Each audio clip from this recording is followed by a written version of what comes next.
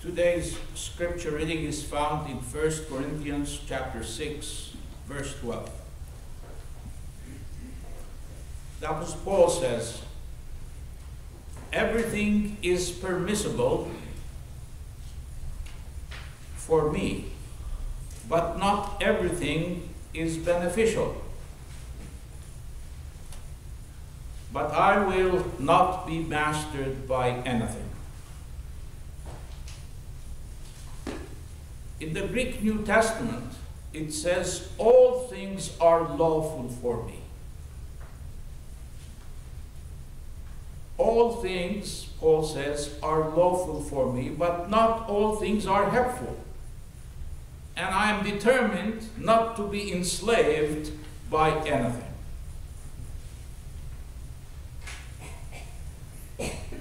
The first words, the opening words of this verse are important. All things are lawful for me. All things. These two words, all things, are the translation of the Greek word diaphora, which refers to things that are neither commanded nor prohibited by the scriptures.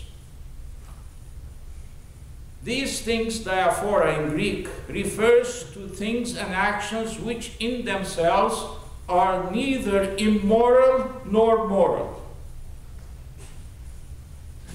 And Paul says that regarding debatable matters, Christians are free to do what they want. If we turn to Romans chapter 14, you will find that Apostle Paul gives two illustrations of these unimportant things, or diaphora, debatable things.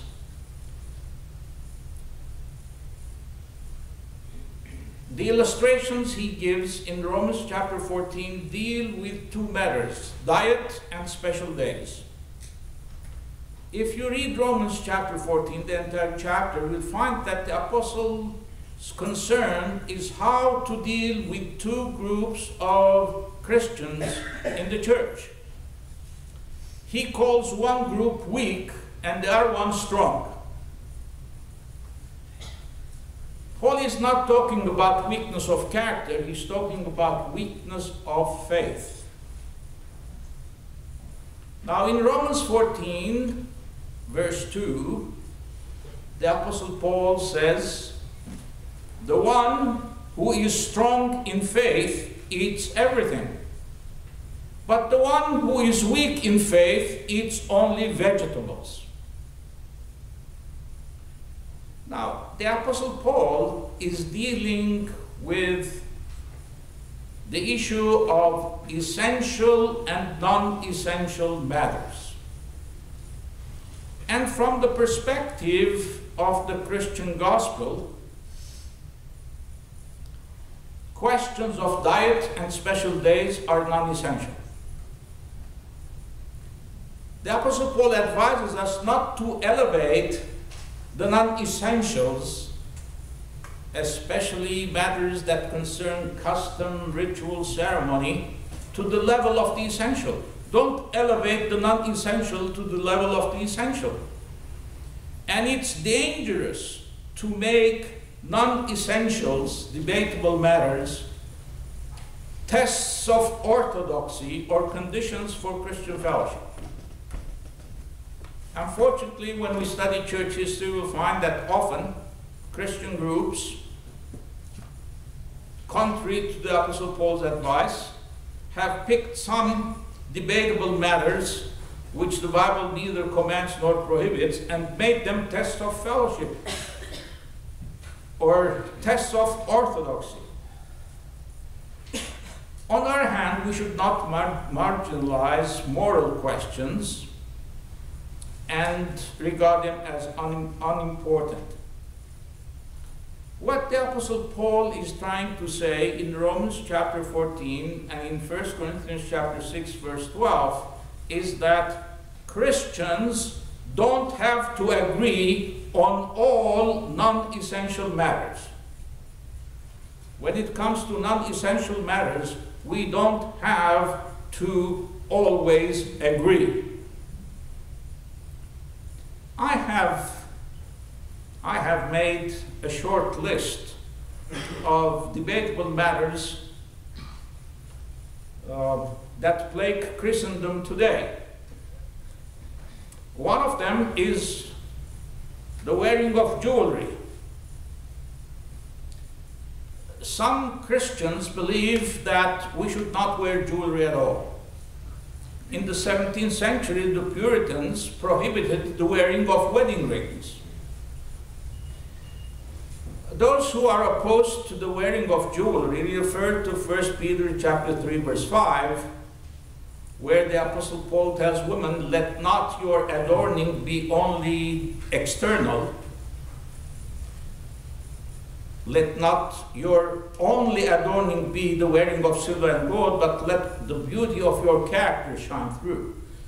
So this verse actually doesn't mean that Christian women should not wear jewelry. The Apostle Paul says, don't let jewelry be your only adornment.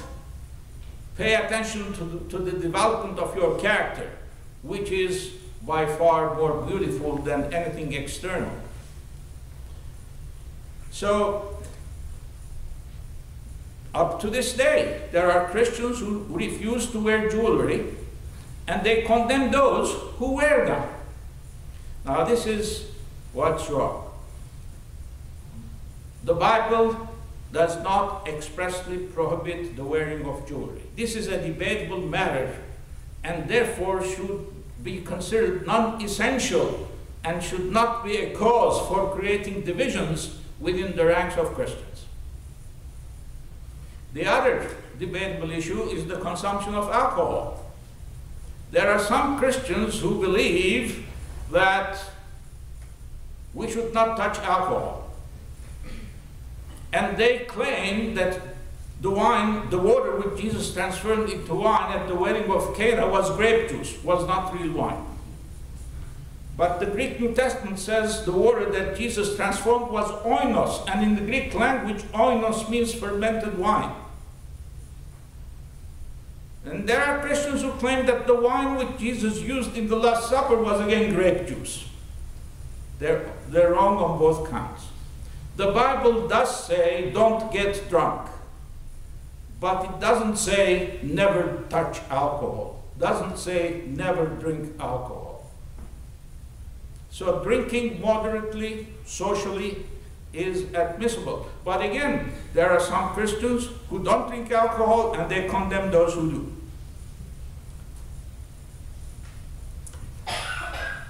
Views regarding eschatology. Don't be frightened about this word. Eschatology in theology means last day events. It comes from the Greek eschatos, which means last day events. There are different diverging views concerning how this world will end. All Christians agree that Christ will return the second time, and prior to his second coming, there will be a time of great tribulation. All Christians agree on these 2 points, but then they diverge in their views. Some people say that the Christians, the true Christians, will be raptured to heaven. They'll be taken out of this world before the time of trouble begins.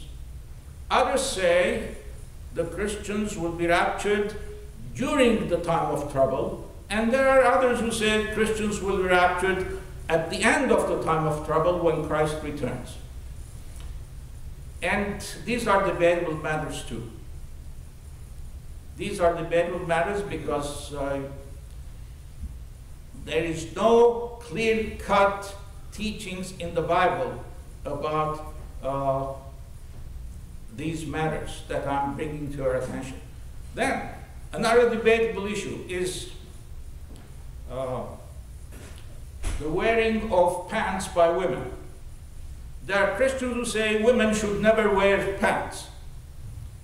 And of course their justification is a verse in the law of Moses. In the law of Moses it's written that men should not wear women's clothing and women should not wear men's clothing. But There are other Christians who say the Mosaic law, the law of Moses, was abolished. We don't go by the law of Moses, we go by the principles of Jesus' Sermon on the Mount. That's our new law. And therefore, whether women should wear pants or not, this is a non-essential matter. It's a debatable issue, but it's a non-essential matter. There are Christians who consider buying life insurance to be gambling, and they won't buy life insurance. Buying life insurance is not like gambling, because you are buying protection for your family in case you die prematurely. Then, another debatable issue, allowing children to participate in Halloween. There are some Christians who say that we should not let our children participate in Halloween because Halloween is a pagan holiday. It's actually a holiday that leads to Satan worship. And there are others who say Halloween is a harmless recreation for little children. There are some Christians who say the only Bible that should be used in the churches is the Authorized Version, the King James Version, and they will not accept any other Bible. They are oblivious of the fact that the King James Version was made in 1611 and contains over 5,000 errors in translation. I remember when the RSV, the Revised Standard Version, was published, some Christians burnt the Bible, burnt those Bibles. They burnt the Revised Standard Version because they considered it to be sacrilegious or blasphemy.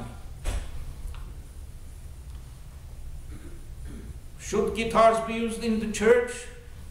There are some Christians who are opposed to the use of guitars in churches. Others allow it. This is again a debatable issue. I gave you these as examples. The Apostle Paul in Romans 14 gives us two examples of debatable issues of his time. One concerned diet. Should Christians eat meat or not? In the Christian church in Rome, those Christians who abstained from eating meat and became vegetarians, they didn't do so for health reasons. They did so because some of the meat sold in the marketplace had been dedicated to idols or had been offered to idols. And therefore these conscientious Christians concluded that the only safe way to avoid eating non-kosher foods was to abstain from meat, was to abstain from eating meat. Now Paul calls those who were vegetarians, those who refused to eat meat, he calls them weak in faith. And those who eat everything, he calls them the ones strong in faith. But he says the weak in faith should not be ignored, they should not be reprimanded, they should be received and accepted into church fellowship as our brothers and sisters. So if whenever there are conscientious objectors regarding matters that are debatable, that the Bible neither allows nor prohibits, we should not condemn people on these issues. We should accept them into our church fellowship as our brothers and sisters. Paul says welcome them. Welcome them as Christ has welcomed them. So we should not transform the church into a debating chamber. We should not transform the church into a courtroom where we put the weak people in the dock, interrogate them, and then condemn them. Paul says, welcome the weak. Those who are weak in faith, welcome them. And welcoming the weak means respecting their opinions.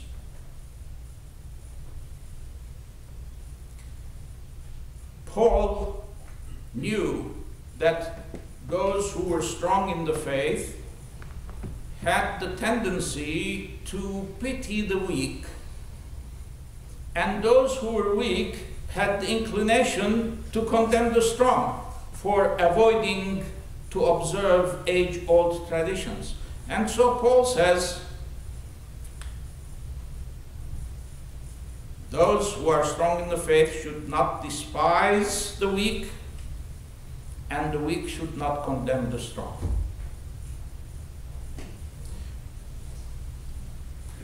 The Apostle Paul is very clear on this matter, that we should not pass judgment on anyone.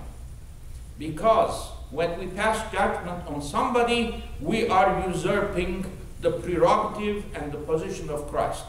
Only Christ can judge people, because only He knows the motives that prompt actions. We can never know the motives that propel people to act.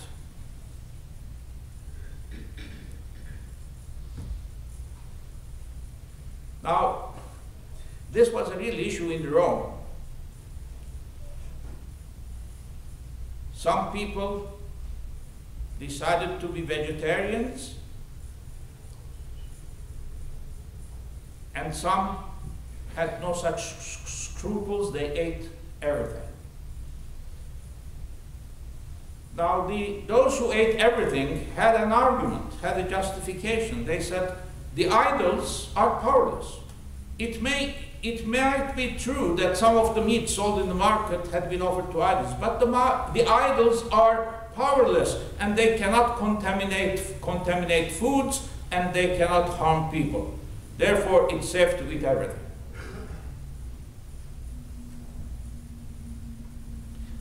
The second debatable issue that Apostle Paul deals in Romans 14, verse 5, is regarding special days.